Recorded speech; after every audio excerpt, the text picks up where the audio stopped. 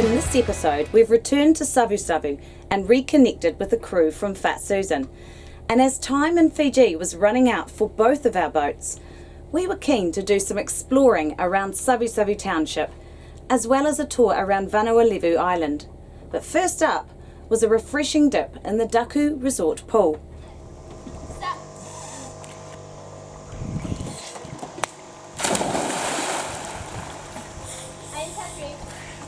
Is the game not to touch? Yeah, you've got to get as close as you can without touching. Does he try and put his goggles on just to relax?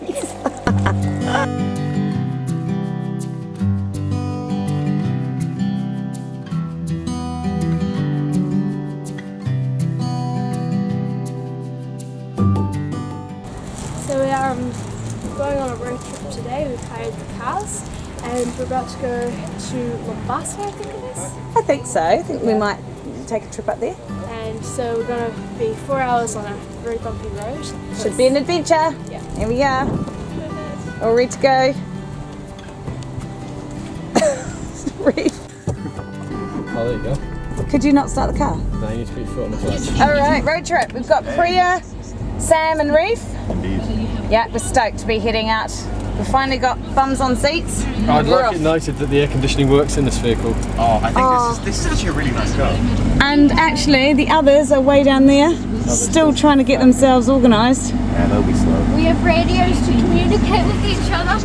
Yeah, we have radios so that if they turn the wrong way, we can get them to come back. Yeah. And vice versa. Which is great for an island that has one road. Going into what we hope will be Copra milling factory. We'll let Des get told off first. Yeah, we don't actually know if they'll take us on a tour, but we're going to try. So all the cutting's done by hand. Hola! Hola! So what are they? Cutting right now, it's for cooking oil. Okay. Cooking oil. Cooking oil. They're gonna cut and it's gonna be washed there. Then we'll put it in the hot air. So the coconuts are all laid on top of this air drying area, and then they put the sheets on top, plywood sheets, and then Bob's your uncle, you get dried coconut. It's not yet cooked. Not yet cooked. It will be changed to see this color. Oh yeah. But it will be the same, but this one will be in the empty one. Right, This fantastic. one is the fire one. Fire, So yeah. when we go to the machine, you go to the what? Yeah. You go to the factory, you're gonna go see the different they will give. This one is for the oil body, Yeah, and this one for the food, food. cooking oil. Excellent. Thank you. That's interesting. Thank you. The staff in the factory were more than happy to show us around and explain each step in copra processing. They talked about making cooking oil as well as crude oil, not fit for consumption. And what do they use it for? Big companies use it to make soap. To make soap. Okay. But local people, we use it for body lotion. Okay, and that's why it's sold in the small packets. 750 ml, we have the 500 ml. Okay. But that's so that people can put it on their skin. Oh, gotcha. That's why you all look so beautiful. Yeah, it's so healthy. And so healthy. That's where we're going wrong. Gosh. So this is called copra. Yeah, This stuff is copra. Can I grab a bit? It's a cooked copra. So if It's cooked. Farmers have a special knife, they take it off flesh, like they skin that side. yeah. They put it in the dryer. They fire it up, they dried it up. Yep. Dried it So up. then they squash it. Yeah? Yep. Then they squeeze. And they squeeze it when it's hot. Yeah, very hot. Really hot. Very Squeeze hot. it. Squeeze. And you get the coconut oil. And then we have a coconut milk, nothing we use for the livestock, cattle, like that. Gotcha. Now I understand. Perfect. Yeah. Thank you. Cool. Thank you very much. No, thank you. Thank you. It's very interesting. I was wondering how we got the copra over to there to process, but now it just goes through the floor. Don't get your foot caught. Yeah, don't get your foot caught in that. Yeah, thank you. We appreciate that. Right. Yeah. Cool. And thank you as well. Yeah, thank you very much. That was really fascinating. It was really good to find out finally how copra is processed. That was really interesting, wasn't it? Yeah, it was very cool. It was very cool. Back driving again, we followed the road's incline into the hilly and mountainous terrain of central Vanua Levu. Here, some of Fiji's main industries were evident, such as forestry and sugarcane. So we're just looking at some commercial plantations here. There's obviously logging going on of pine trees. It just feels odd seeing the pine trees in this environment, but there you have it.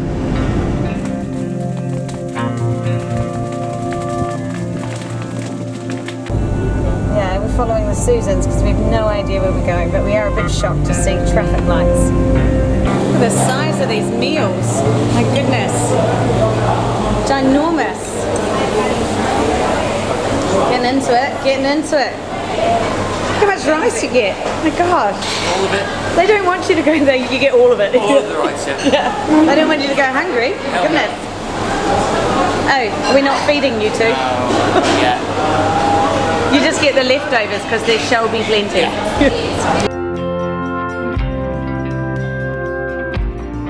Guess this is sugarcane factory, given that there's so much sugarcane outside.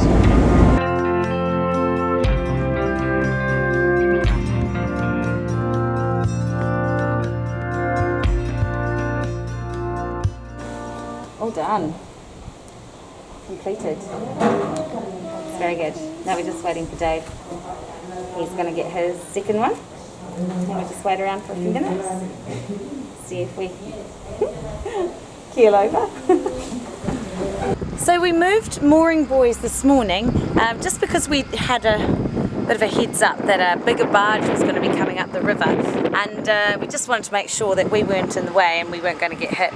So we've moved onto this mooring buoy, which is really close to a wee island with this extra barge next to it, and we just keep swinging closer and closer. We're going away at the moment, but by gosh, we've been close. So we're just going to have to keep an eye on that for the next few hours and make sure that we don't end up giving it a wee bit of a nudge. Next, we visited Kokomana, a local chocolate company whose team are passionate about the quality of their chocolates, as well as the sustainability of their farming techniques and biodiversity of their farm. And we were impressed with the depth of knowledge our guide had of the crops grown on site, the variations of global species, and the data collected for analysis of yield crops, as well as the climatic effects on crops from year to year. 6 months from flower to develop into a full red pod. That's a long time. This one, yeah.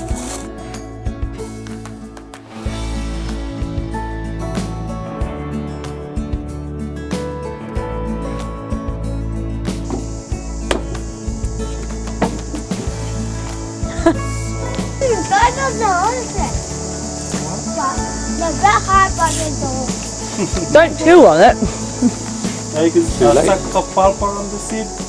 So the heat over here in the bin, it can heat up to about 45 to 50 degrees Celsius.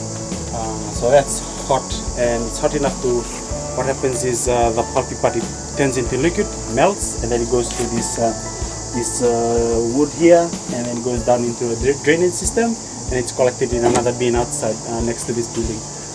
And then we later use it for liquid fertilizer. We put it back on the trees.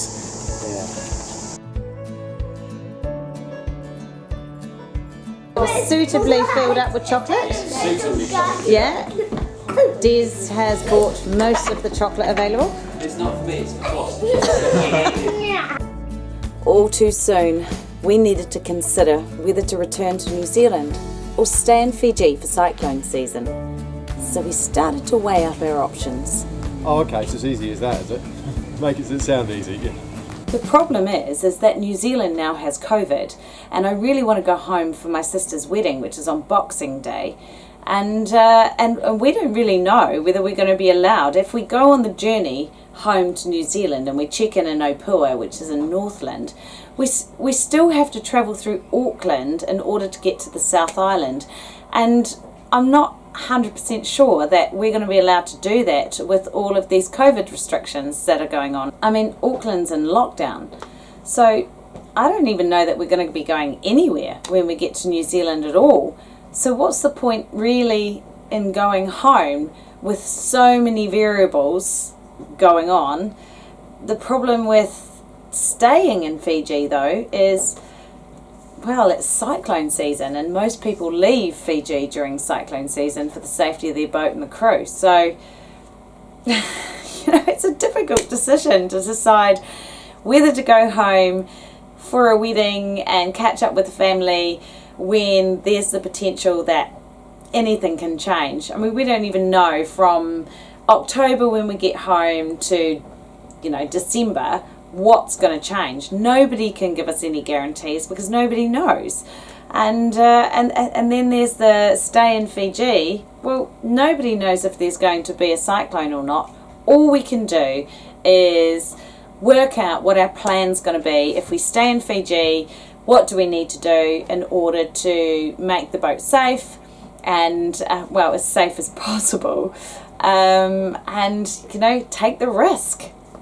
One boat that was sure that they would be leaving Fiji for New Zealand was our friends on Fat Susan, and soon we found ourselves saying goodbye. Check out. Yeah. And then see if we can get that arranged for Thursday. If we could check out Wednesday and then leave first thing Thursday morning, that'd be even better. Love a bit of customs. Yeah. Join us next time as we spend our last few weeks in the east of Fiji.